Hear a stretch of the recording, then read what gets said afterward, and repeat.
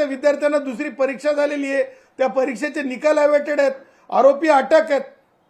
असा आहे का काय पुरावा की माननीय शिक्षण मंत्री पद हे मान्यच असतात?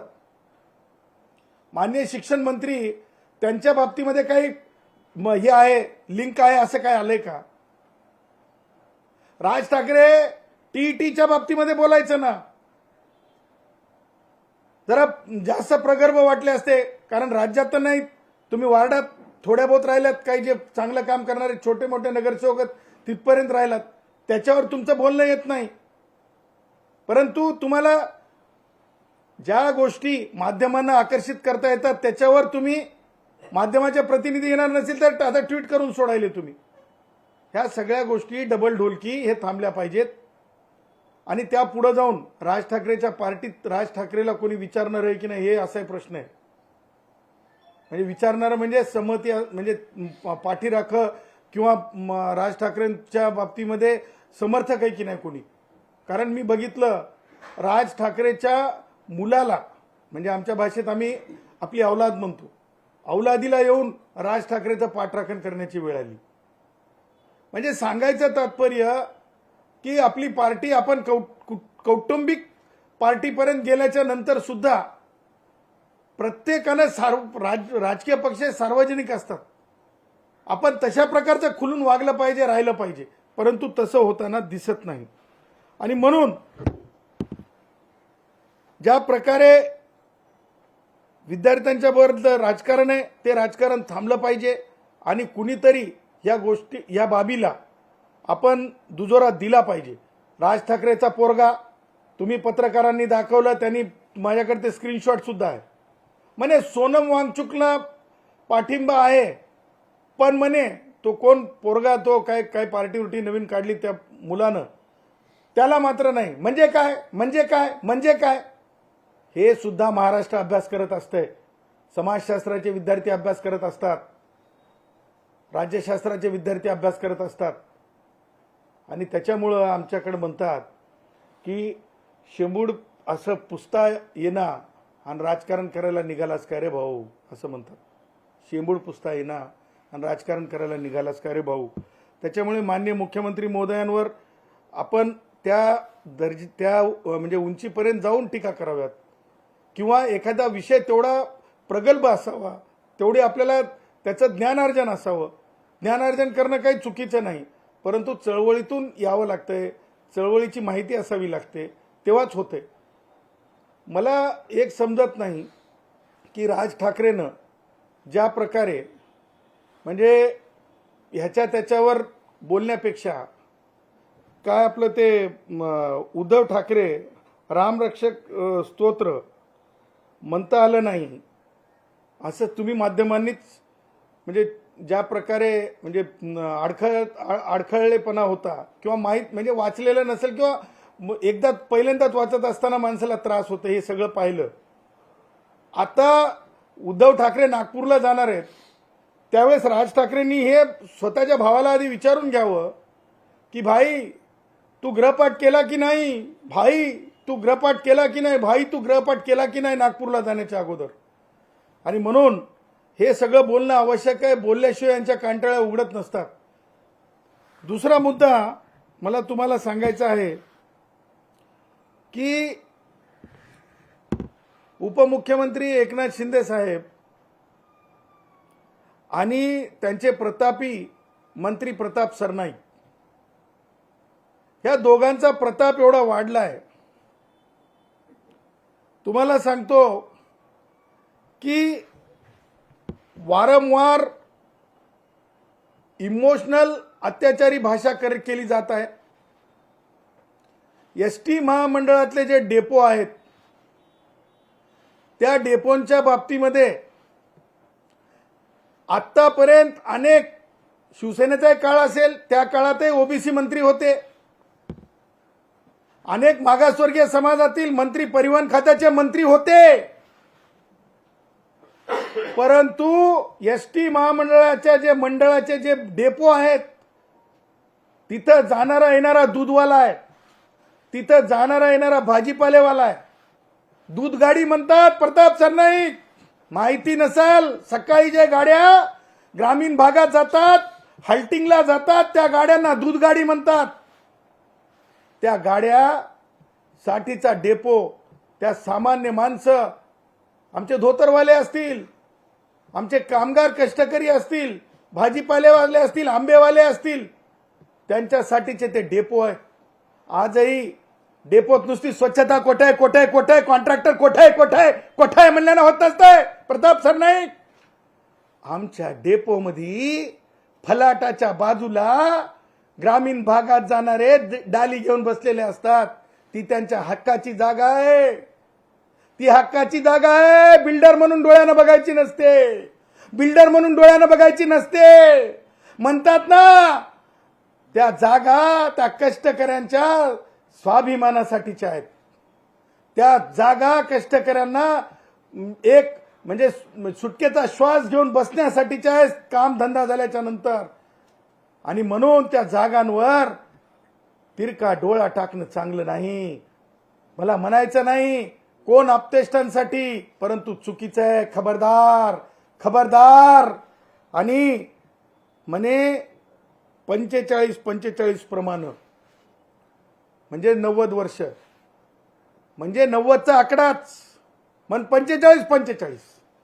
आणि म्हणून काय सांगणं तर म्हणे एसटीतील महामंडळातील कष्टकऱ्यांची देणे. प्रताप सरनाईक,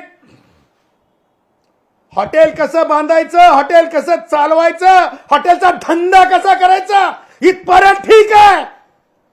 परंतु परिवहन महामंडळांसारखी महामंडळ ही नुकसान किंवा नफ्यासाठी नसतात. डोळ्यामध्ये धूळ नाही फेकायची. हा, नियत खराब झाली असेल तर नियत खराब, परंतु डोळ्यात धूळ नाही फेकायची. एसटीतल्या कष्टकऱ्यांनी 119 किती कष्टकऱ्यांनी जीव बलिदान दिलं होतं. 124 कष्टकऱ्यांनी जीवाचं बलिदान दिलेलं आहे.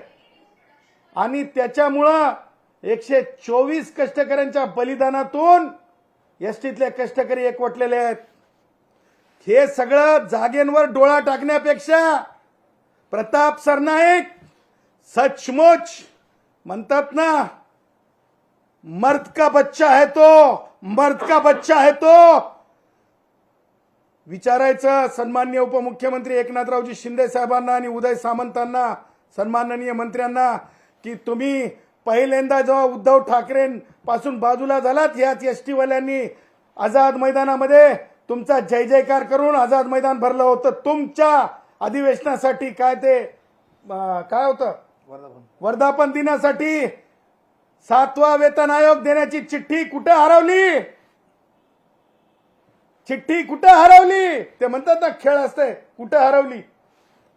कुठे हरवली चिठ्ठी आमची 7व्या वेतन आयोगाची. आणि कशी ही चिठ्ठी सापडली. PPP सगळे डेपो आम्हाला घशात कुणाच्या जातात ह्यापेक्षा कष्टकऱ्यांचं हित महत्वाचं आहे. आणि म्हणून प्रताप सरनाईक, ह्या जागा ह्या तुमच्या नुकसानावर विक्रीसाठी ठेवलेल्या नाहीत. कारण वेलफेअर स्टेट ही भारतीय संविधानामध्ये लिखित कायदा आहे. भारतरत्न डॉक्टर बाबासाहेब आंबेडकरांनी का लिखित कायदा केलेला आहे. माननीय कामगारांचे कष्टकऱ्यांचे नेते दत्तोपंतजी ठेंगडींनी आम्हाला दिलेला अधिकार आहे. मग ते माननीय उपमुख्यमंत्री एकनाथ शिंदे असोत की प्रताप सरनाईक असोत, जो आड येईल कष्टकऱ्यांच्यासाठी, जो आड येईल मंदिराच्या बाबतीमध्ये किंवा बौद्ध विहारांच्या बाबतीमध्ये, तेव्हा आवाज दिला जाईल. आणि वैचारिक लढण्याची तशी तयारी ठेवलीच पाहिजे. अशा प्रकारची जी आहे आम्हाला शिकवण मान्यवर दत्तोपंतजी ठेंगडींनी दिलेली आहे. आणि म्हणून ह्या ज्या जागा आहेत, ह्या जागांच्या बाबतीमध्ये आम्हाला स्पष्टपणे सांगायचं आहे की ही जागा तुम्हाला एसटीची आज दिसते. कालच्या काही काळामध्ये आपण नाशिकमधल्या झोपडपट्ट्यांची जागा बघली, ज्या गायरान जमिनीत देता येत नाहीत, त्या जागा ते झोपड्यात तोडण्यात आल्या. नंतर हातापाये पडून ते ते झोपड्या तिथं बांधा बांधा बांधा असं सांगण्यात आलं. त्याचबरोबर कल्याणमध्ये आता मला माहित नाही श्रीकांतच्या काय नातेवाईकांचा काय संबंध आहे नाही, ते श्रीकांतांच्या खासदार आहेत ना ते, परंतु बौद्ध भिक्षू आजही उपाशी कुठं बसलेत तर ते त्या केडीएमसीच्या समोर बसलेत. आता पुन्हा एसटी महामंडळाच्या जागा लोक काय म्हणायला लागलेत, शिंदे टोळी आहे का म्हणालेत. डॉक्टरला मारहाण करतात, गरिबांच्या झोपड्या काढतात, अरे साधू संतांना रोडवर आणतात. ही शिंदेची टोळी आहे का असा प्रश्न विचारायला लागलेत. आणि म्हणून आमचं म्हणणं आहे की कोणत्याच प्रकारे बाल्कोच्या जजमेंटच्या नंतर जी संहिता पाळली गेली पाहिजे, म्हणजे 2/3 कमीत कमी कष्टकऱ्यांना लक्षात घेऊन नंतरच कोणताही निर्णय अपेक्षित आहे, परंतु तसा निर्णय घेण्यात आलेला नाही. आणि म्हणून ह्या बाबतीमध्ये जागेंच्या बाबतीमध्ये सर्व एसटीतील संघटनांना मी आव्हान करतो, स्वतःच्या संघटनांचे जे मर्यादा आहेत ते बाजूला करा. लक्षात ठेवा, ज्या काही गोष्टी एक समाजाची प्रॉपर्टी म्हणून शिल्लक आहे त्या प्रॉपर्टीजवर अशा प्रकारचा डोळा कोणी जर ठेवत असेल आणि ह्या सगळ्या एसटी महामंडळाच्या डेपोच्या जागा जर कोणी हिरावून घेऊन पीपीपीच्या नावाखाली खाजगी लोकांना जर त्याचा फायद्याच्या ठरणार असतील आणि डेपोचे, लक्षात घ्या, डेपोचे थांबे बनवण्याचा भानगडीत कोणी पडत असेल, डेपोचे थांबे, त्याचं कारण सांगतो मी तुम्हाला. आत्ता मला एका आमच्या कष्टकरी ड्रायव्हर कंडक्टर साहेबांनी सांगितलं की ठाण्यामध्ये एक तशीच व्यवस्था दिसत आहे साहेब की एसटी आपली येते आपल्या त्या डेपोच्या तिथं जे म्हणजे जे याच्यावर बांधकामासाठी दिलं डेपो, तर ती येते आणि थांब्यासारखी थांबते आणि निघून जाते. त्यामुळं हे सगळं आपल्याला आपल्या डेपोतून बाहेर काढण्यासाठी आहे. संघटनांनी आपापले संघटनेचे रुमाल बाजूला ठेवावेत आणि एकत्रितपणे सामान्य कष्टकऱ्यांनी ज्या प्रकारे 124 कष्टकऱ्यांचे जीव बलिदान दिलेत त्या सगळ्या गोष्टींसाठी उभं राहावं. 7वा वेतन आयोग न मिळण्याला उद्धव ठाकरेच्या नंतर शब्द देऊन आपल्या लोकांना बोलवून जर आपला वापर होऊन एकनाथ शिंदे साहेब तेच करत असतील उद्धव ठाकरेने केलं तर माननीय एकनाथ शिंदे साहेब सुद्धा तेवढेच जिम्मेदार आहेत, तेवढेच प्रताप सरनाईक जिम्मेदार आहेत. आणि यांना आपण सहजासहजी सोडता कामा नये, यांना आपण बोलतं केलं पाहिजे, जागा आपल्या जागेवर राहिल्या पाहिजे.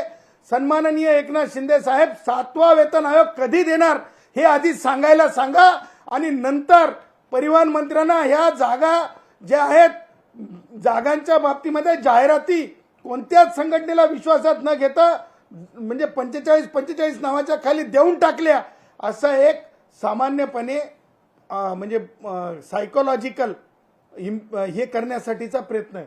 म्हणजे सायकोलॉजिकली लोकांना वाटतं आता गेल्या जागा आता काय राहिलं, ह्या सगळ्या गोष्टी आपल्याला सांगायच्या आहेत. मला 2 गोष्टी आणखीन सांगायच्या आहेत. मिसेस झहीर इक्बाल म्हणजे सोनाक्षी सिन्हा. मिसेस झहीर इक्बाल म्हणजे सोनाक्षी सिन्हा.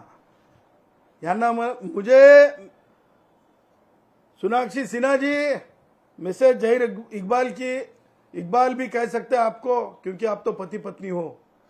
मैं आपसे कहना चाहता हूं कि आपने तो बोल दिया, अभी चुप नहीं बैठेंगे. किस बात पे चुप नहीं बैठेंगे? वो लोग छात्रों के ऊपर राजनीति करने निकले हैं, सिस्टम के ऊपर राजनीति करने निकले हैं और आपकी कोई फिल्म नहीं चल रही है तो आप इस तरह से टीआरपी लेंगे कि कोई तो भी सोनाक्षी सिन्हा जी है और वो बहुत कुछ कर बताएंगी. वो सोनम वांगचुक के साथ आंदोलन को क्या ये पाठिंबा दे के उनके साथ ये करके साथ देते हुए, और दूसरे जो है बिग बॉस की हमारे बहन क्या है सदानंद है ना, कुनिका काय नाव त्यांचं, कुनिका सदानंद जी. देखिए देखिए, शो पास होना ये इस तरीके की हरकतों से नहीं होता। माधुरी जी देखिए, माधुरी जी एक स्टाइल काफी है, पब्लिक बोलती है क्या क्या बस, क्या एक्शन है, क्या एक्टिंग है, उसके लिए कला की जरूरत होती है।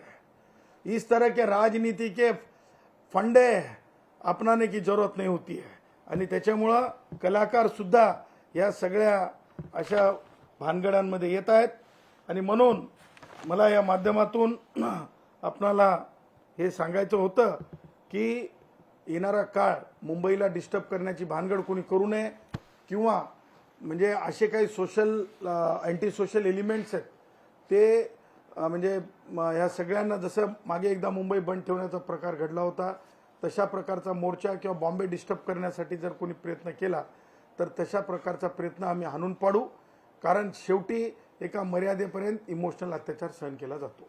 पण यामध्ये प्रश्न असा आहे की तुम्ही डेपो संदर्भात म्हणताय, मुख्यमंत्र्यांनी थेटपणे इशारा दिलाय संघटनांना की एकतर तुम्ही एसटीचा जो तोटा आहे तो कमी करू देत नाही आणि दुसरीकडे पीपीपी तत्वावर जर का अशा गोष्टी सरकार करू पाहत आहे तर त्याला देखील विरोध करत आहे। कुठेतरी मुख्यमंत्र्यांनी या संदर्भात समर्थन केल्याचं दिसतं आहे आणि मुख्यमंत्र्यांचा देखील याला पाठिंबा आहे की पीपीपी तत्वावर सगळ्या जागा विकसित झाल्या पाहिजे। सन्माननीय मुख्यमंत्री मोदयांच्या बाबतीमध्ये देवेंद्रजींच्या बाबतीमध्ये तमाम कष्टकऱ्यांना अभिमान आहे, कारण ते कोणते उद्योजक आणि त्यांचा कोणताही धंदा नाही। त्या बाबतीमध्ये आम्हाला बिलकुल त्यांच्या मनामध्ये त्यांच्या भावना ज्या आहेत त्या भावना कष्टकऱ्यांच्या विरोधातल्या नाहीत, परंतु परिवहन खात्याचे मंत्री हे पूर्णपणे धंदेवाईक आहेत, कारण त्यांचे धंदे आहेत ते म्हणजे रॅपिडोला म्हणजे याच्यापर्यंत नेऊ शकतात, दहीहंडीपर्यंत नेऊ शकतात। तर आमचं म्हणणं हे आहे की माननीय मुख्यमंत्री मोदयांनी नुकसान तोट्याच्या बाबतीमध्ये कष्टकरी संघटनांची बैठक घेणं आवश्यक आहे आणि माननीय मुख्यमंत्री मोदयांनी कधी सुद्धा प्रोसिजर ऑफ लॉ फॉलो करू नका असं कधी म्हणलेलं नाही। आज प्रताप सरनाईक माननीय मुख्यमंत्री मोदयांचे फोटो त्यांच्या प्रत्येक ह्या पीपीपीच्या संदर्भाने हे करत आहेत, म्हणजे जाहिरातींमध्ये जाणून बुजून छापत आहेत, जेव्हा की एकनाथ शिंदे साहेबांचे फोटो प्रताप सरनाईक खाली छापत आहेत। परंतु मला त्या राजकारणात जायचं नाही। माननीय मुख्यमंत्री मोदयांचा उद्देश हा कष्टकऱ्यांच्या भावनांवर किंवा राजकारण करणे नव्हे, तर त्यासाठी प्रताप सरनाईकचं नापासपण फेल प्रोग्रेस रिपोर्ट हे माननीय मुख्यमंत्री मोदयांसमोर नसावा। त्याच्यातून माननीय मुख्यमंत्री मोदय बोलले असतील। त्याचं कारण असं आहे की प्रताप सरनाईक आल्याच्या नंतर 68,000 हे असलेले सभासद असलेल्या संघटनेला आतापर्यंत मान्यता देण्यात आली नाही। त्याचबरोबर प्रताप सरनाईक आल्याच्या नंतर केवळ द्वेषभाव कष्टकऱ्यांमध्ये पसरवणे आणि नुसती चमकोगिरी करणे ह्या सगळ्या गोष्टी प्रताप सरनाईकांनी केल्यात। ज्या गोष्टी प्रोसिजरली लागतात, म्हणजे जर तुम्हाला एखाद्या जागेला जर त्या जागेला लीजवर द्यायचं असेल किंवा त्या जागेला एखाद्या तत्वाखाली डेव्हलप करायचं असेल तर वेगवेगळे उच्च आणि सर्वोच्च न्यायालयाचे हे आहेत, निरीक्षण आहेत, त्या गोष्टी मान्य मुख्यमंत्री मोदयांसमोर ठेवल्यात की नाही। आणि मान्य मुख्यमंत्री मोदयांना मी विनंती करतो की आम्ही त्या सगळ्या गोष्टी घेऊन त्यांच्याकडे यायला तयार आहोत, परंतु जर त्या गोष्टी पाळले न पाळता प्रताप सरनाईकांना जे म्हणजे मला म्हणायचं नाही हव्यास किती आहे ते, परंतु त्या हव्यासापोटी दूधवाला मी मान्य मुख्यमंत्री मोदयांना फार भावनिक मी साथ घालत आहे। मान्य मुख्यमंत्री मोदय हात जोडून विनंती आहे, तिथं जर मॉल सारखे जर डेपो झाले ना तर आजही माझ्या विदर्भातली याडी, आजही माझ्या मराठवाड्यातला फेटा बांधलेला धोतर घातलेला दूधवाला भाजीपालेवाला त्याचा विचार व्हावा, कारण मॉलमध्ये ना तो मध्यमवर्गीय माणूस सुद्धा जाताना ना ते काच ढकलताना माणूस दोनदा विचार करतो आणि त्यामुळं मंत्री परिवहन खात्याचे धंदेवाईक असल्यामुळं अगोदर ह्या सगळ्या चिंतनीय गोष्टींवर संघटनांना एकत्रित घेऊन माननीय मुख्यमंत्री मोदयांनी चर्चा करावी। आणि मला हे माहिती आहे की आतापर्यंत आज तारखेपर्यंत शासन निर्णय, तुम्ही पत्रकारांना मी विचारतो, प्रताप सरनाईक जाहिरातबाजी करत आहेत, तुम्ही शासन निर्णय वाचलाय का? पर्टिक्युलरली तुम्हाला विचारतो, शासन निर्णय मला पाठवा। शासन निर्णयाच्या जाहिराती पाठवल्या चालल्यात, परंतु शासन निर्णयाच्या जाहिराती पाठवल्या त्याला शासन निर्णय आलाय का? मुद्दा तो आहे. आणि दुसरा मुद्दा की ह्या जागा देताना शासन निर्णयावर जागा देता येतात की कायद्यामध्ये बदल करावा लागेल, हा सगळ्यात महत्वाची गोष्ट आहे. कायद्यात बदल झालाय का? तिसरा मुद्दा, सर्व उच्च न्यायालयाने तर असं एक निरीक्षण नोंदवलेलं आहे की आमच्या कोर्टाच्या जागा सुद्धा तुम्ही उद्या द्याल का कुणाला? ह्या सगळ्या गोष्टी महत्व ठेवतात. म्हणून मुख्यमंत्री महोदयांनी हे आमच्या भावना, दत्तोपंत ठेंगडींच्या विचारातून आलेल्या भावना आहेत. माननीय मुख्यमंत्री महोदय, दत्तोपंत ठेंगडींच्या विचारातून आलेल्या भावना आहेत. या भावनांचा आपण आदर करावा आणि सांगोपांग चर्चा करावी. आज माननीय मुख्यमंत्री महोदय, मला तुम्हाला सांगायचं आहे, मागच्या 5 महिन्यापासून प्रताप सरनाईकांचं रिपोर्ट कार्ड बघा. 5 महिन्यापासून पेन्शन नाही एसटीतल्या माणसाला. किती? 7 ऑक्टोबर पासून पेन्शनचे पैसे प्रताप सरनाईक देऊ शकणार झालेत. आमची वर्गणी घेतली. ज्यांचे पैसे कापून घेतलेले त्यांचे पैसे पेन्शन न देऊ शकणारा मंत्री प्रताप सरनाईक, पेन्शन न देऊ शकणारा मंत्री प्रताप सरनाईक, पेन्शन न देऊ शकणारा मंत्री प्रताप सरनाईक. मी असा मंत्री महाराष्ट्रातल्या देशातल्या इतिहासात पाहिला नाही की कोणाचं पेन्शन थांबवलेलं. आणि त्याच्यामुळं रिपोर्ट कार्डवर नापास असलेले मंत्री प्रताप सरनाईक आहेत. आणि या गोष्टीला एसटी महामंडळातील जागेला भावनिक दृष्ट्या पाहावं असं आमची माननीय मुख्यमंत्री देवेंद्रजींना विनंती आहे. राष्ट्रीय स्वयंसेवक संघाला सुद्धा आमची विनंती आहे. राष्ट्रीय स्वयंसेवक संघाला सुद्धा आमची विनंती आहे, या प्रकरणामध्ये डोळसपणे पाहावं. सदावर्ते, रामरक्षा आंदोलन जे शिवसेना उद्धव बाळासाहेब ठाकरे पक्षामार्फत महाराष्ट्रभर राबवत आहे, त्याचा उद्याचा अंक आहे नागपुरात. उद्धव ठाकरे असणार आहेत आणि खासदार संजय राऊत यांनी मुख्यमंत्र्यांना त्यात सहभागी होण्याचं पत्र लिहिलं आहे. बघा, शिवसेनेचा हा पॉलिटिकल अजेंड्यावरला कार्यक्रम आहे. प्रभू श्री रामाच्या किंवा भारतीय संविधानाच्या प्रेरणेनं, आपुलकीने हे कार्यक्रम नाहीत. आणि थोडी सुद्धा जर आपुलकी असती आणि रामरक्षा स्तोत्राचं जर अध्ययन झालेलं असतं तर उद्धव ठाकरेंची मुंबईतल्या कार्यक्रमात भांबेरी उडाली नसती. त्याच्यामुळं अगोदर पाठांतर झालंय काय, संजय राऊतांनी उद्धव ठाकरेलाही विचारावं आणि राज ठाकरेनं उद्धव ठाकरेची परीक्षा घ्यावी की रामरक्षा स्तोत्र म्हणजे खरोखर उद्धव ठाकरेला पाठांतर झालंय का. आणि त्याच्यानंतर इतरांना बोलवण्यासाठी किंवा इतर प्रमुखांना बोलवण्यासाठी, मान्यवरांना बोलवण्यासाठी निमंत्रण देण्याच्या भानगडीत संजय राऊतांनी पडावं. मातोश्रीबाई, एक हनुमान चालीसा पठणाचा कार्यक्रम झाला होता, तेव्हा त्या दाम्पत्याला अटक पण झाली होती या प्रकरणामध्ये. आता नागपूरला जात आहेत. बघा, एक लक्षात ठेवा, तो काळ उद्धव ठाकरेचा होता. तो काळ, त्या काळामध्ये नुसतं त्यांनाच अटक झाली नव्हती तर सामान्य कष्टकऱ्याचा आवाज बनल्यामुळे आम्हाला सुद्धा अटक झाल्या. त्या काळामध्ये अर्णब गोस्वामी सारख्या पत्रकारांना अटक झाली. त्याच्यामुळे तो काळ उद्धव ठाकरेचा काळ होता. आणि आज जो काळ आहे देवेंद्रजींचा काळ आहे. आणि देवेंद्रजीच्या काळामध्ये जोपर्यंत तुम्ही लोकशाहीनुसार, डेमोक्रेसीनुसार तुमची भावना व्यक्त करता तोपर्यंत इथं कुणालाही अडचण आहे असं मला दिसत नाही. मग तो सामान्यातला सामान्य कोणत्याही वर्गाचा असो, मग तो आदिवासी वर्गातला असो, भटका असो, भटका विमुक्त असो, अनुसूचित जाती जमातीचा असो, खुल्या वर्गातला असो, मराठ्यांपर्यंतचा असो, असं कुठेही देवेंद्रजीच्या काळामध्ये जो काळा काळ होता तो बेअक्कल काळ होता. तो काळा काळ होता ना उद्धव ठाकरेंच्या काळातला, तो बेअक्कल काळ होता. हा काळ बेअक्कल काळ नाही. त्याच्यामुळे जर रीतसर परवानग्या घेतल्या असतील, रीतसर पूजा पठणाची हे केली असेल, व्यवस्था केली असेल, तर मला असं वाटतंय की कायद्याप्रमाणे चालणाऱ्याला देवेंद्रजींच्या काळात कुठे अडथळा नाही. लास्टली मी खूप म्हणजे लोकशाहीला मानणारा माणूस आहे. फक्त मंत्र्यांचे मुख्यमंत्री नसतात, पक्षांचे मुख्यमंत्री नसतात. Devendra ji is my chief minister. Devendra ji is my chief minister also. Devendra ji is my chief minister also.